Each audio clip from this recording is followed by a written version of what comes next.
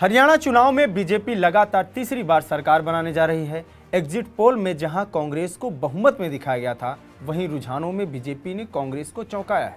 Expert भी इस बात से हैरान हैं, आखिर बीजेपी ने कैसे हरियाणा में कांग्रेस को बैकफुट पर धकेल दिया।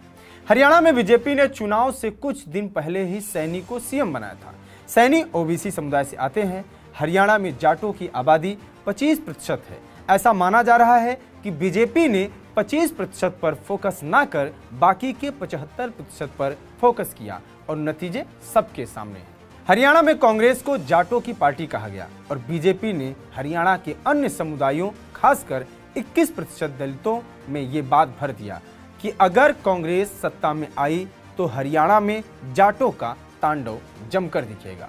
गोहाना में 2005 और मिर्चपुर में 2010 में दलितों के साथ जाटों का हुए संघर्ष को पीएम मोदी और अमित शाह के अलावा बीजेपी के हर बड़े नेता ने कई बार मंच से ये दोहराया कि जाट आएंगे तो फिर से दलितों पर अत्याचार बढ़ेंगे।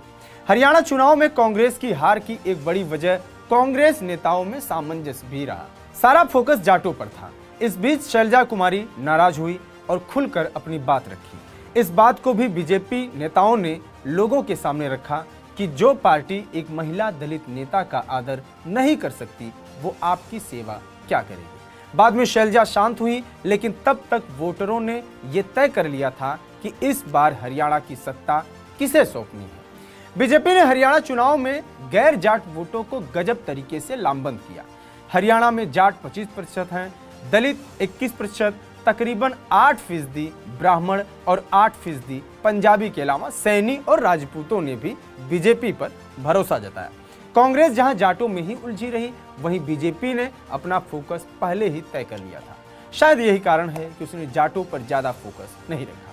केंद्रीय मंत्रिमंडल में एक भी जाट नेता का नहीं होना भी इस बात को दिखाता है कि बीजेपी का हरियाणा प्लान काफी पहले से चल रहा था और इसमें जाट कहीं भी नहीं थे।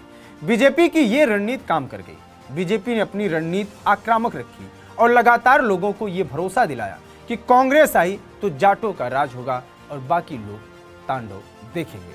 हरियाणा चुनाव में बीजेपी ने अपना गजब का मैनेजमेंट दिखाया।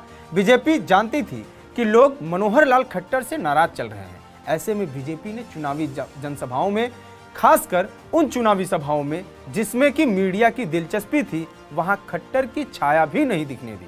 प्रधानमंत्री मोदी की कई सभाओं में खट्टर मंच पर क्या, सभा के अंदर ही नहीं दिखे। बीजेपी ने कहीं न कहीं लोगों को ये भी बताया कि देखिए, खट्टर ने गलती की है तो हमने उन्हें हटा दिया और सैनी को सीएम बना दिया। अक्सर चुनाव से पहले टिकट के बंटवारे में खूब बवाल मचता है। जिनको टिकट मिलती है उनकी मौज होती है, जिनको नहीं मिलती वो बागी बन जाते हैं। बीजेपी ने चुनाव में बागियों से भी अच्छे से डील की।